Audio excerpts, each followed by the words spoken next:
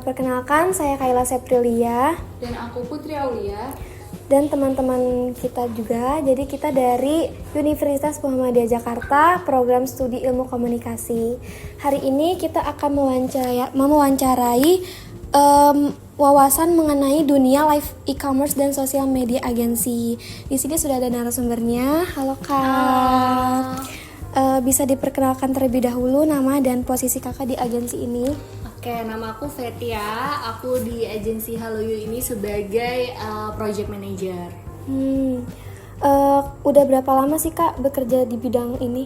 Aku kalau untuk di bidang live e-commerce sendiri kurang lebih 2 tahun ya. Tapi kalau untuk di Haloyo Agency ini 1 tahun lebih lah. Oke. Tugas sama tanggung jawab kakak di program di perusahaan ini apa Kak?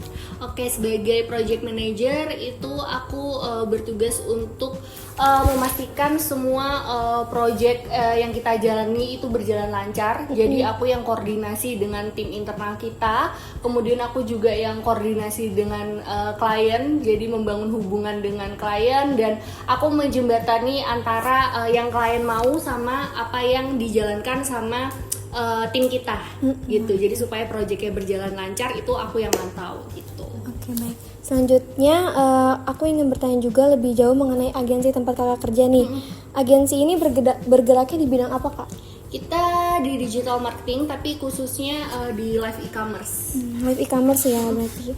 Brand atau klien seperti apa sih yang biasanya kakak tangani? Oke, macam-macam sih. Kita ada skincare, kemudian juga ada furniture kayak kasur gitu. Kemudian otomotif kita juga handle juga kayak spesifiknya lebih ke EV ya. Mobil listrik kan sekarang lagi in banget. Terus juga ya charger mobil listrik itu kita juga lagi handle. Oke. Divisi apa aja yang ada di agensi ini Kak? Divisi kita ada dari tim operasional. Tim operasional tuh ada host, ada operator. Kemudian kita juga ada business development. Kemudian kita juga ada tim finance sama HR, sama content creator juga. Yang ngebedain agensi kakak sama agensi yang lainnya tuh apa Kak?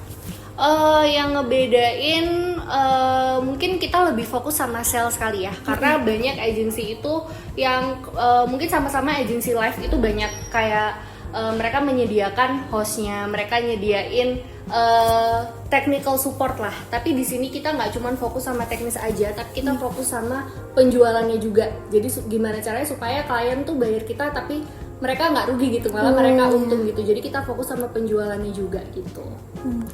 Kan jadi aku udah tahu nih Kak, gimana gambaran agensi kakak nih. Aku mau tahu juga nih proses live e-commerce yang dijalani ini seperti apa ya. Jadi gimana sih proses persiapannya sebelum live streaming itu dijalani atau dilakukan gitu Kak? Oke, untuk prosesnya biasanya kita pasti ada brief dulu. Kita brief dengan host sama operator.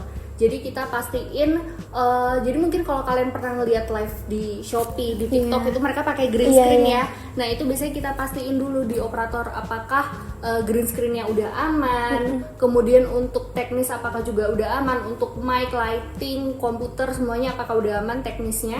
Kemudian juga untuk hostnya biasanya kita brief promo-promo yang berlangsung, karena biasanya tiap hari itu promonya beda-beda. Mungkin kalau kalian ngeliat di live tuh biasanya harganya beda-beda kan, kadang jam segini naik, kadang jam segini enggak gitu. Nah itu biasanya kita akan brief dulu ke hostnya, apa aja sih yang lagi promo, kemudian juga apa yang perlu di highlight, kurang lebih gitu sih. Untuk nentuin strateginya dalam konsep live streaming itu gimana Kak? Oke, kalau nentuin strategi dalam konsep live streaming itu sebenarnya balik lagi tergantung apa maunya klien. Apa sih tujuannya? Apakah mau nge-boost sales, mau meningkatkan penjualan, atau dia mau yang penting brandnya orang tahu dulu sama brandnya gitu, awareness gitu. Tergantung apa fokusnya. Jadi dari situ baru kita bisa tahu strategi yang bisa cocok sama tujuannya itu sendiri. Kemudian kita juga lihat dari target marketingnya. Apakah target marketingnya remaja? Apakah target marketingnya itu pasutri gitu misalnya. Jadi kita bisa lebih sesuaiin sama target marketingnya. Kemudian kita lihat juga apa sih yang lagi in sekarang. Misalnya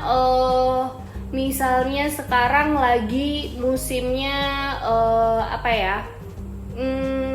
misalnya waktu kemarin tahun baru gitu, lagi tahun baru biasanya ada pasutri baru nikah gitu ya. Nah itu biasanya kita manfaatkan lah, karena ada pasutri baru nikah kita manfaatkan buat itu produk yang kita jual tuh kasur gitu. Itu kasur, jadi yaudah kita manfaatin, kita kasih promo yang gede-gedean, kita kasih gimmick apa supaya bisa lebih ningkatin penjualannya gitu. Dalam faktor-faktor biar live streamingnya tuh naik gimana sih Kak? Live streaming yang naik itu sebenarnya banyak ya. Naiknya ini mau tergantung apa dulu? Apakah naiknya dari penjualan? Mungkin secara penjualan. Secara penjualan atau dari yang nonton gitu ya. Oke, mungkin kalau dari penjualan itu tuh balik lagi dari yang nonton aja dulu. Apakah yang nonton tuh banyak atau enggak? Karena betul. Karena kalau misalnya yang nonton nggak banyak ya siapa yang mau beli gitu. Jadi yang paling pertama tuh sebenarnya kita fokus sama ada yang nonton aja dulu gitu. Ada yang nonton dulu, dan nggak nonton tuh nggak cuman ngelihat abis itu keluar, enggak ya. Jadi gimana caranya itu juga pinter-pinteran host untuk mempertahankan audiens tuh buat nonton terus, follow aja dulu gitu, sampai akhirnya mereka mau beli. Jadi sebenarnya kalau untuk beli, untuk sales itu terakhir. Orang mau follow aja itu udah bagus gitu. Apalagi kalau untuk brand-brand UMKM, brand-brand yang baru gitu. Nah gimana cara ningkatinnya? Konsisten untuk live. Kemudian juga dari hostnya juga harus interaktif. Gimana caranya supaya mereka mau nonton. Terus juga gimana caranya audiens itu komen. Karena biasanya kalau di TikTok ataupun di Shopee, live kita tuh bakal naik kalau misalnya live-nya tuh engagementnya bagus gitu. Jadi percuma kalau misalnya kita udah punya produk bagus banget, produknya udah bagus, tapi live-nya sepi gitu. Jadi sama aja kayak kamu jualan tapi di warung yang orang nggak tahu tuh warungnya di mana, hidden gem gitu. Jadi sama aja kayak gitu. Jadi caranya naikin dulu aja engagementnya dari interaksi si hostnya itu. Begitu naik engagementnya, baru nanti penjualan bisa naik.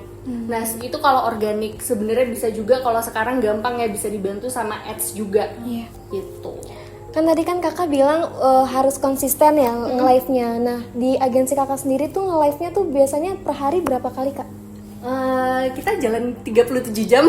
Iya, jadi 24 jam lah. Jadi nggak nonstop kak, tetap live. Nggak gitu? nonstop gitu. Jadi gini, sekarang yang lagi live di aku itu ada di 2 toko. Dua toko. Kenapa aku bilang 37 jam? Karena yang satu tuh 22 jam, yang satu tuh 14 sampai 16 jam. Jadi totalnya 37 jam gitu. Jadi ya kalau seharinya berarti paling lama bisa dibilang 22 jam ya. Non-stopnya itu cuma 2 jam aja, di jam 4 pagi sampai jam 6 pagi tuh stopnya di situ. Terus kalau misalnya kayak ada campaign payday, double date, itu baru kita non-stop 24 jam gitu. Nah untuk pelatihan host live-nya ini dia latih dulu ya, jadi sebelum mereka live streaming itu ada pelatihan khususnya? Betul, ada training khusus karena ya kalau host kan dia harus menguasai produk ya.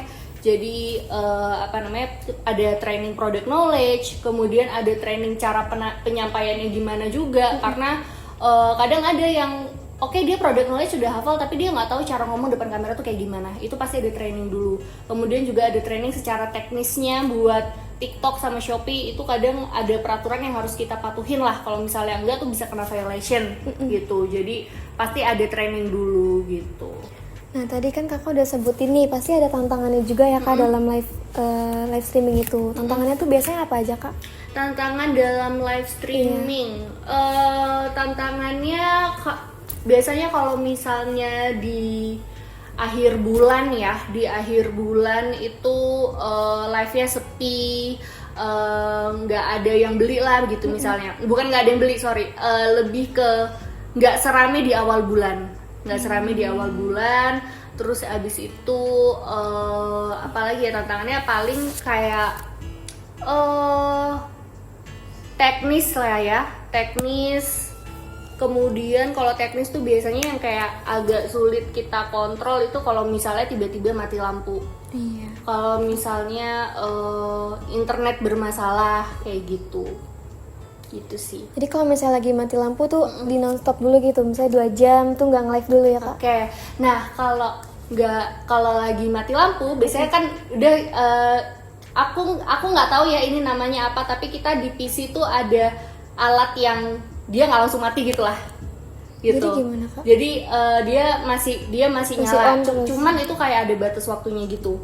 Nah, kita itu biasanya untungnya biasanya kita ada standby mobil listrik di sini. Nah, itu bisa dijadiin kayak semacam genset.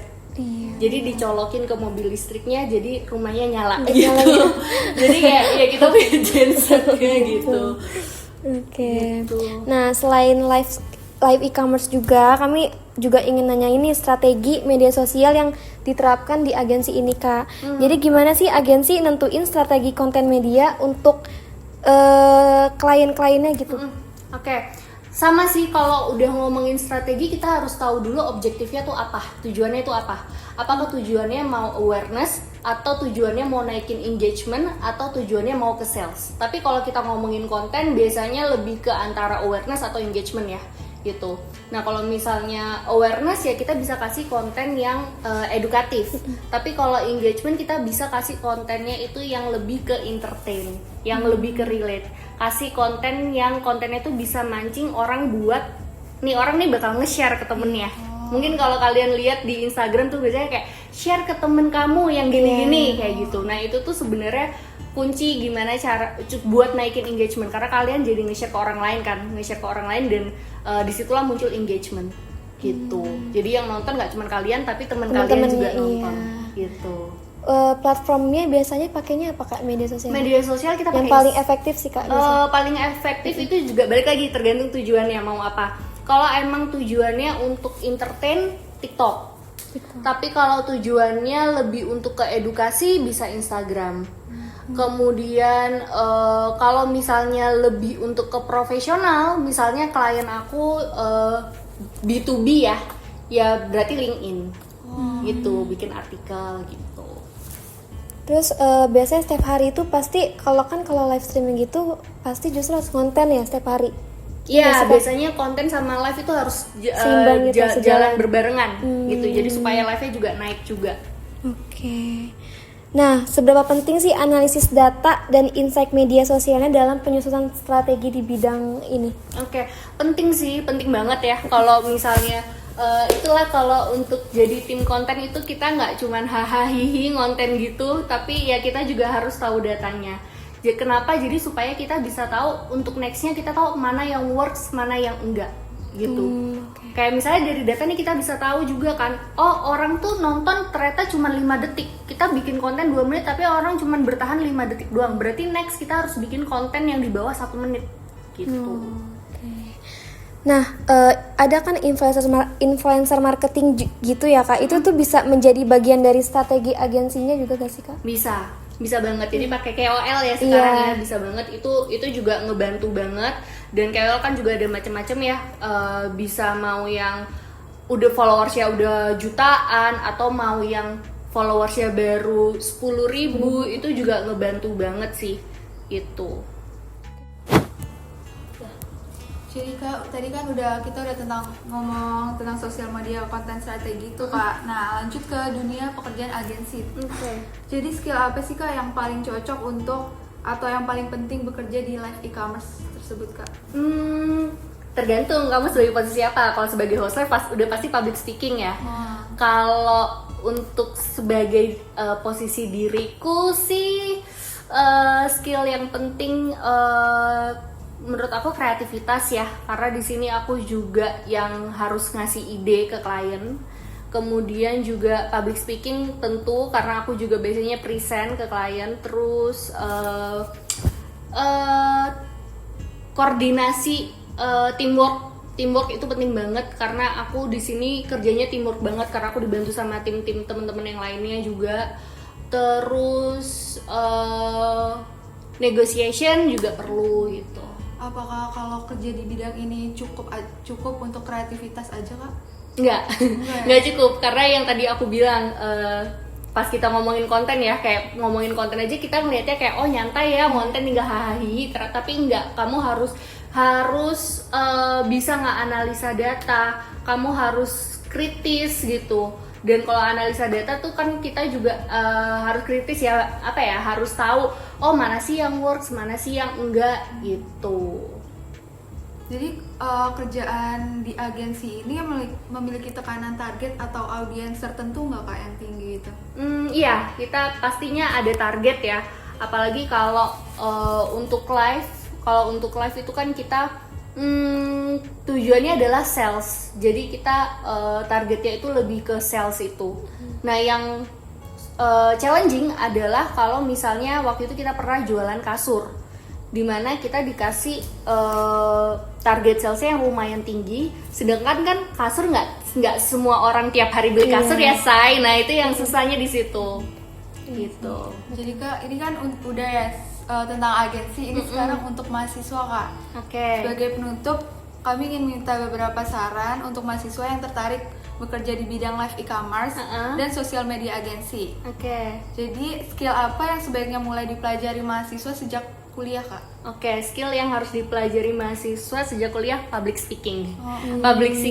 Public speaking, kemudian komunikasi dan teamwork.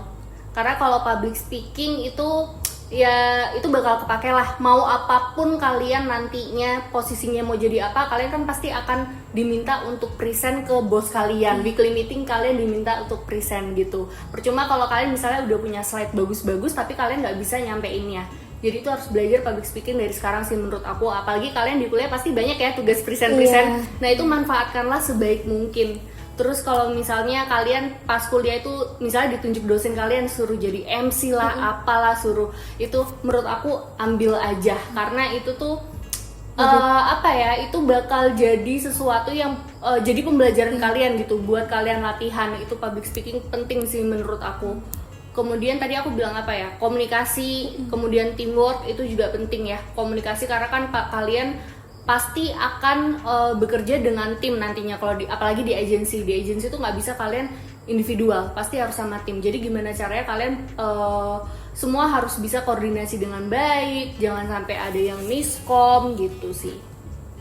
Lalu portofolio apakah yang dapat membantu mahasiswa untuk masuk ke agensi? Portofolio itu sebenarnya balik lagi tergantung posisi yang kalian lamar ya. Kalau misalnya graphic designer, nah itu berarti kalian udah harus persiapkan dari sekarang gitu. Misalnya desain kalian itu dipersiapkan dari tugas-tugas kalian kan bisa ya. Terus habis itu juga kalau misalnya kalian intern atau kayak misalnya volunteer, itu kalian perbanyak lah, nggak usah dilihat cuannya, tapi lebih ke perbanyakin aja portofolio. Terus konten juga kalian iseng aja bikin konten gitu. Kalau zaman sekarang kan ya nggak usah malu-malu lah ya bikin konten. Kalian iseng aja bikin konten, entah itu mungkin mau konten review makanan kayak, mau review baju kayak, make up kayak, itu bisa kalian bikin, bisa dijadiin portofolio juga. Nggak mesti nunggu magang, nggak mesti nunggu apa, kita bisa gerak sendiri. Bikin artikel juga bisa gitu. Pertanyaan terakhir nih Kak, apa saran Kakak bagi mahasiswa yang ingin berkarir di bidang live e-commerce dan sosial media agensi? Saran aku kalau untuk berkarir di live e-commerce dan social media agency itu kalau sekarang itu kan agency tuh banyak, terus juga kalian tuh saingannya tuh banyak gitu loh. Kalian teman-teman kalian yang berjuang yang nantinya mau apply ke agency tuh banyak. Jadi kalau saran aku sih kalian gimana caranya kalian harus beda dari yang lain. Apa sih beda yang dari lain tuh gimana? Bisa dari kreativitas kalian, cara kalian ngomong, cara kalian bikin orang nyaman sama kalian gitu. Karena kadang kita tuh kalau untuk hire orang, kita nggak cuma ngelihat dari universitas mana atau skill kalian apa yang bagus gitu, tapi kita ngelihat juga dari kepribadian orangnya. Dari kepribadian orangnya, apakah orang ini bisa berbaur dengan tim kita, apakah orang ini koordinasinya akan bagus, apakah orang ini bisa nyaman untuk di tim kita gitu sih. Jadi gimana caranya kalian bisa mengentertain orang, kemudian juga bikin orang tuh nyaman sama kalian. Dan menurut aku ini nggak cuma di live e-commerce aja ya, mau di agensi apapun, karena agensi tuh kebanyakan Gen Z, terus juga kerjanya tim. Jadi gimana caranya supaya kita tuh dikenal tuh nggak cuman bisa kerja, tapi emang bisa koordinasi dengan yang lainnya, bisa bikin sekelilingnya tuh nyaman gitu. Oke Kak, terima kasih banyak ya Kak sama waktunya, pengalamannya, dan informasi yang udah Kakak berikan. Apalagi kan kita semakin tahu nih tentang live e-commerce sendiri, terus di sosial media agensinya gimana ya kan. Nah sekarang kita mungkin udah selesai ya Kak, segini aja waktunya. Kak sukses selalu ya Kak untuk kedepannya. Terima kasih, sukses juga banyak. kalian. Oke, wassalamualaikum warahmatullahi wabarakatuh.